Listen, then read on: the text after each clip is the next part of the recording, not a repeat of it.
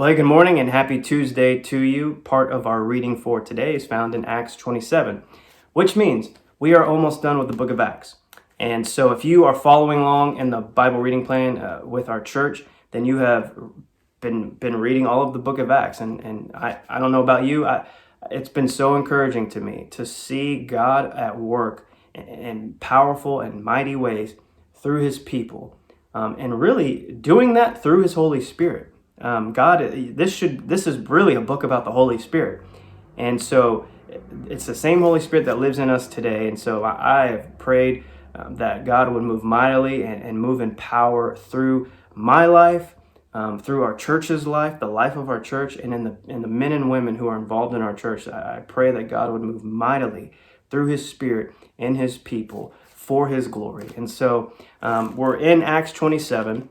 And we're at a point now where he's been in jail for a long time. He's pleaded his case numerous times. Now they've placed him on a ship heading towards Rome, and it has been a miserable experience to say the least. They've encountered a lot of different problems. There's several hundred people on the ship, probably Gentiles, military personnel, Roman soldiers, and most likely a lot of non-believers. And Paul's there. And they've experienced a lot of different issues and difficulties and problems. Circumstances are not great right now, which many of us can relate to. Our circumstances have not been great right now, especially if you're a member of our church at Hillcrest. Our church is flooded. You know, that's not a good thing. And what they're experiencing on this ship hasn't been good. And as they journey to Rome, there's been a wreck in the ship, and all of the men are in panic mode. And Paul starts to talk about God, and he's saying to them, encouraging them, hey, God will get us through this. You will survive, okay? Have courage and believe that we're going to be okay. And I want to pick up in Acts 27, verse 33. The men are in fear. Paul says this, just before dawn, Paul urged them all to eat. For the last 14 days, he said, you have been in constant suspense and have gone without food. You haven't eaten anything. Now I urge you to take some food. You need it to survive. No, not one of you will lose a single hair from his head.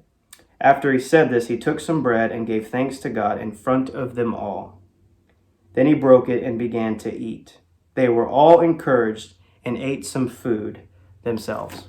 So Paul takes this moment, terrible circumstances, but Paul seizes the opportunity, encourages them, talks about God, says, look, you need to eat. We're all going to be okay. And then he prays over the meal. He prays over the meal. He no doubt asks God to bless the meal.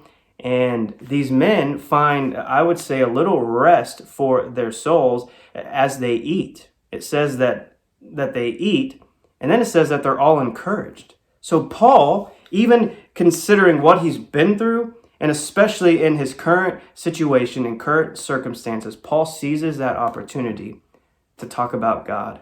He prays over the food, and God's Spirit moves mightily. These men are encouraged. Like Paul uses what would seem as to be terrible circumstances, but he uses it for good. And I would even say God uses it for good, and God gets the glory as Paul talks about God, encourages them, and prays, and these men eat and are encouraged.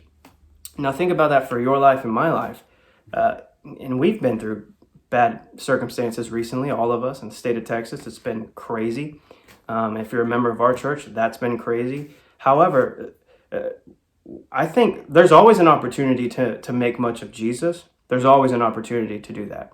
And I often think we miss opportunities because we don't see them and we don't look for them. Especially when we're in panic mode, we're not usually thinking, how can I make much of Jesus when I'm in fear?